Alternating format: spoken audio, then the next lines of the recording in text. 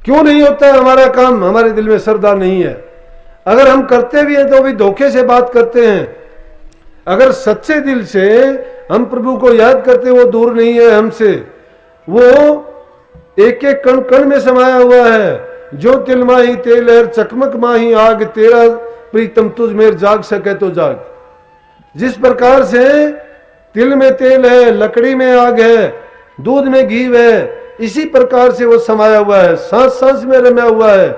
रमे हुए का नाम राम है, हर जगह मौजूद है। वो सारे काम करते हुए कुछ करते हुए नहीं दिखाई देता, कहीं भी ना होते हुए हर जगह है, और हर जगह होते हुए भी कहीं दिखाई नहीं देगा, दृष्टिगोचर नहीं होता। फिर यकीन उसका कैसे आएगा? अगर वो नहीं हो तो हमारे काम कैसे होंगे? लेकिन इंसान को जो कर्म करने की आजादी दी, उस कर्म के आजादी के बस होके ये गलत काम करने शुरू कर दिए। इसने सोचा ये खुद कर्ता बन गया। कर्ता नहीं है इंसान, ये तो एक कठपुतली है। जो खेल हो रहा है वो प्रकृति का खेल है। उस प्रकृति के खेल में ये भूल भुलैया में भूल गया है। लेकिन जब संत उपदेश करते हैं, इसको सोए हुए को आके जगाते हैं, कहते हैं कि तेरी भ्रमना है, तेरी भूल है, तू भटका हुआ है, जाग, उठ, चेत, और तू सत्संगत कर, और सत्संगत में जाके तू प्रभु के नाम को जप, दुनियादारी के काम कर, जिम्मेवारी है, उनके बिना काम नहीं चलेगा। अपने कर्तव्य से ना भागो। लेकिन उनमें सबसे मुख्य काम जो है वो क्या है? हमारे हित का जो हमारे काम आएगा वो प्रभु की भक्ति है, दूसरी कोई चीज नहीं। वो रोजाना 12 दिन तक गए, बिना कुछ खाए पिए, सुबह उठते, स्नान करते, पैदल जाते। परिवार में कोई एक आध घर का रखवाली रह गया नहीं, सब जाते। मैं पूछता, भाई आप सुबह सुबह कैसे आए? जी दर्शन करने आ गए। नहीं बताते, जी दर्शन करने आए थे, इतनी जरूर बताए, हम पैदल आए जी। काफी दिन हो गए, मैं भाई पैदल क्यों आए? बस जी हमने बोल रखे हैं।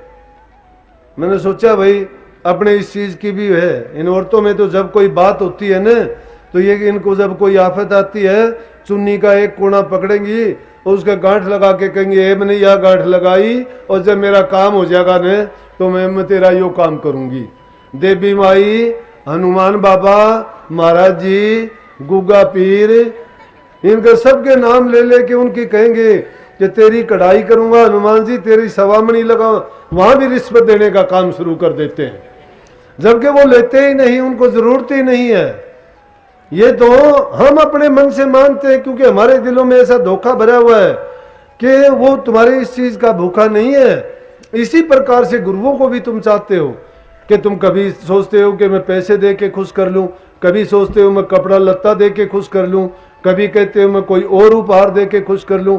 अरे गुरु नहीं भूखा तेरे धन का, उन पे धन है भक्ति नाम का।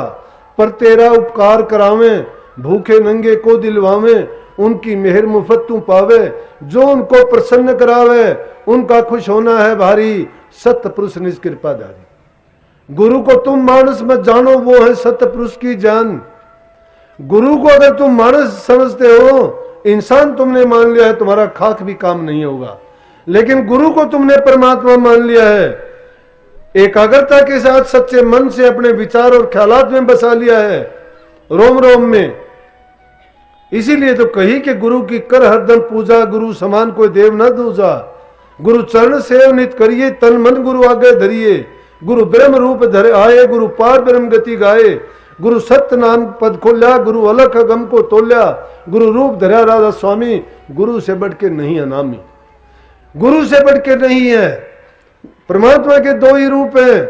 सूक्ष्म रूप आपको दिखाई नहीं देता, स्थूल रूप में गुरु रूप में आपके सामने हाजिर है। इसीलिए उस गुरु की अगर तुम पूजा करोगे पूरे निश्चय और विश्वास श्रद्धा मन में लाके, पूरे एकाग्रचित होके, तुम्हारी भक्ति वहीं पूर्ण हो जाती है। सबने यही बताया है। सब अगर गुरु की भक्ति को निकाल दिया जाए तो तुम्हारे ग्रंथों में भी कुछ बाकी नहीं बचता है।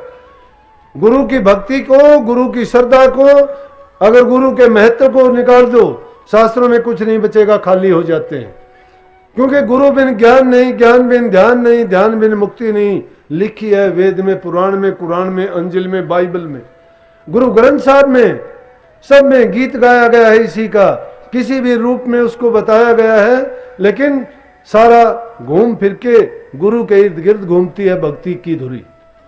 भक्ति सारी की सारी गुरु के इर्द गिर्द घूमती है। गुरु राजी तो करता राजी, काल कर्म की चले न बाजी।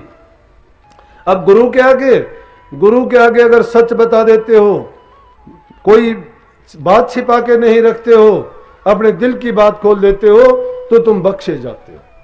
क्योंकि इंसान अगर जो गुरु के आगे जाके भी झूठ बोलता है, बात को छिपा लेता है, दबा लेता है, वो दोहरा कपट वाला इंसान है, उसको डबल सजा मिलती है।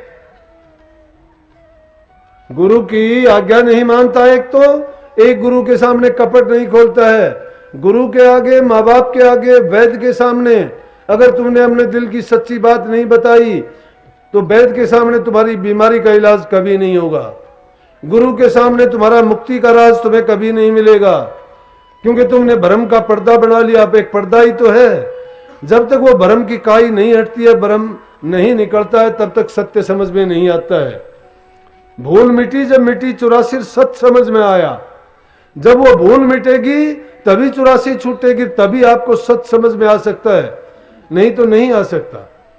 अब उसी बहन का काम क्या हुआ कि उसका जमाई बरी आ गया, अरे वो ठाठ से रहता है, वो कहती है कि जी आपके दिए दिन है नहीं, हमने तो बचाने वालों को नहीं थो कोई भी। ऐसा काम हो गया था कि सारी उम्र उसकी तो जेल में बीता, छोरी हमारे सिर के ऊपर रखी गई थी, हमारे से हमारी पालना नहीं होती थी। आराम से वो अपना शांति से काम करते हैं, लेकिन वो मानते क्यों मानते हैं? किसने किया उनका काम? मैंने नहीं किया, उनकी श्रद्धा ने किया, उनके विश्वास ने किया। इसीलिए वही बात तो मैं आपसे कह रहा हूं कि आप भी अपने दिलों में अपनी श्रद्धा ऐसी पक्की करके, एक अपने संकल्प को दृढ़ करके, ये नहीं नाम भक्ति की नहीं। एक अभी बहन आई थी, उन्होंने किसी दूसरे गुरु से नाम लिया है, थी सच्ची, वो कहने लगी जी मैं धारणा करके आई थी कि गुरु महाराज की कृपा होगी तो मुझे अपने आप बुला लेंगे। वो खड़ी होकर देखने लगी, मैं कहने लगे आने दो भाई। बोले जी मैंने नाम तो आपसे नहीं लिया है, लेकिन एक बात बताओ, मैं ध्यान करती हूँ, ये नहीं होता वो नहीं होता। मैं कहने लगा बहन जी जिसके नाम लिया उनसे भी जाके कभी मिल लिया करो। अब मिलने की बात या वहां उनको बेचारों को मिलने नहीं देते। अब मैं कहने लगी जी मैं सत्संग तो आपके सुनती हूँ, और सत्संग क्या सुनती हूँ, सत्संग सुनने के बाद मेरे सारे भ्रम मिट जाते हैं। फिर मैं हाथ पूछने का क्या रह जाता है कि जो आप बात बताते हो वो बिल्कुल सही बात है। बोले कि सादी भाषा में एकदम सीधी बात, भाई जब तक हमारी भाषा सीधी सादी जो समझेंगे ही नहीं। अगर आपके सामने किसी प्रकांड पंडित को लाके और मैं वेदों के श्लोक उनसे बुलवाने शुरू कर दूं, तो चाहे तो बर्तनों को बजाना शुरू कर दे और चाहे तुम्हारे सामने वो मंत्रों को गाना शुरू कर दे, बराबर है। क्यों? जो चीज समझ में नहीं आती उसका क्या करोगे? लेकिन ये कही है, संत बोले सहज स्वभाव और संत का बोला मिथ्या नहीं जाओ। क्योंकि संत प्रभु को साक्षी मान के सतगुरु को आगे लेके चलते हैं, और जब सतगुरु की चरणों में अपना मत्था टेक के उनको हाजिर नाजिर रख के कोई काम करते हैं, उनकी जिम्मेवारी नहीं होती, फिर वो अपनी जिम्मेवारी गुरु को सौंप देते हैं। अब हमारे सामने भी यही है कि जब हम नाम की दीक्षा दी जाती है, कहने को तो सभी कहते हैं, सब धर्मों में सुनो, बड़ी रट लगाते हैं कि तन मन धन गुरु को अर्पण कर दिया, कि तन मन धन सब गुरु का हो गया। तन मन धन तो हमने किया ही नहीं अर्पण। तन मन धन अगर अर्पण कर देते हैं तो मन में हमें अपना कोई ख्यालात नहीं सोचना चाहिए। गुरु ने बताया उस ख्यालात को सोचो, क्योंकि मन हमारा नहीं रहा। तन से कोई बुरा काम क्यों करते हैं कि गुरु का तन मानते हो, उससे तुम बुरा काम करने का आपको क्या अधिकार है? अगर तुम्हारे पास धन है जरूरत से ज्यादा, तो वो भी गुरु की आज्ञा के बिना उसका खर्च नहीं करना चाहिए। क्यों नहीं करना चाहिए? कि गुरु पानी बांटो नाव में और घर में बांटो दान, दोनों हाथ उड़ीची, यही सयानो काम। अगर घर के अंदर धन बढ़ना शुरू हो जाए, नाव में पानी बढ़ना शुरू हो जाए, तो निश्चित रूप से दोनों डूबेंगे। धन की तासीर यह है कि या तो झगड़ा मुकदमा करवा देगी, या शराब कबाब में लगवा देगी, या कोई और बुरे कर्म झगड़े मुकदमे करवा देगी, या रोग बीमारी ऐसी लगेगी जिससे डॉक्टर हकीम वैद ले जाएंगे या वो दूसरे बहुत ठगे ले जाने वाले चोर ले जाएंगे, उन किसी को भी नहीं मिलेगा, आग जरूर ले जाएगी, आग लग जाएगी। इसलिए उसको अगर दान में पुण्य में जरूरतमंद के लिए लगा दोगे तो बहुत अच्छा है, नहीं तो ये सबको छोड़ के ही जाना है। अगर किसी जरूरतमंद को, दुखी जीव को तुमने सुख पहुंचाया है और उससे दिल से एक सच्ची आह निकलेगी आपके लिए, एक अच्छी भावना निकलेगी कि परमात्मा तेरा भला करे, तो क्या कहते हो, इसके लिए भी मैं एक सच्ची घटना, इतनी अनेक मुझे मिलती हैं। मेरे से मेरा बड़ा भाई आज नहीं है दुनिया में, चीन वाली लड़ाई में था वो, जो पहली लड़ाई हुई, और उस टाइम में कहने लगा कि ऐसी हालत होगी, घर में चिट्ठी आ गई थी कि भाई लापता हो चुका है, और हमें 2 महीने तक उसका कोई खबर नहीं थी। तो किसी ने सोचा ही नहीं था कि भाई होंगे। तो जंगल वहां, पहाड़ वहां, उनमें भटक गए। तो भटके हुए क्या हुआ, कहने लगा कि एक दिन थोड़ा सा बाजरा मिला हमें, किसी वो जंगली जातियां हैं कि भटके हुए तो थे कि कभी चीन में ना चले जाएं, तो कड़वा बाजरा के उसको मुंह में भी नहीं ले सकते, बेईमाना इतना कि एक दूसरे को वो हम देने से भी नहीं। लेकिन क्या हुआ कि न्यूला उसने दिया नहीं, वो कड़वा बाजरा उसने खुद ही खा लिया, क्योंकि अपनी जान की जब पड़ती है तो इंसान दूसरे के लिए नहीं सोचता है न्यूला। लेकिन जब उसने खा लिया तो कहने लगा मुझे थोड़ा सा और दे दे, नहीं मेरी जान निकलने वाली है। बोला कि मुझे थोड़ी कम जरूरत थी, मैंने उसको दे दिया, और लेते ही उसने खा के बोला वाह भाई परमात्मा तेरा भला करे।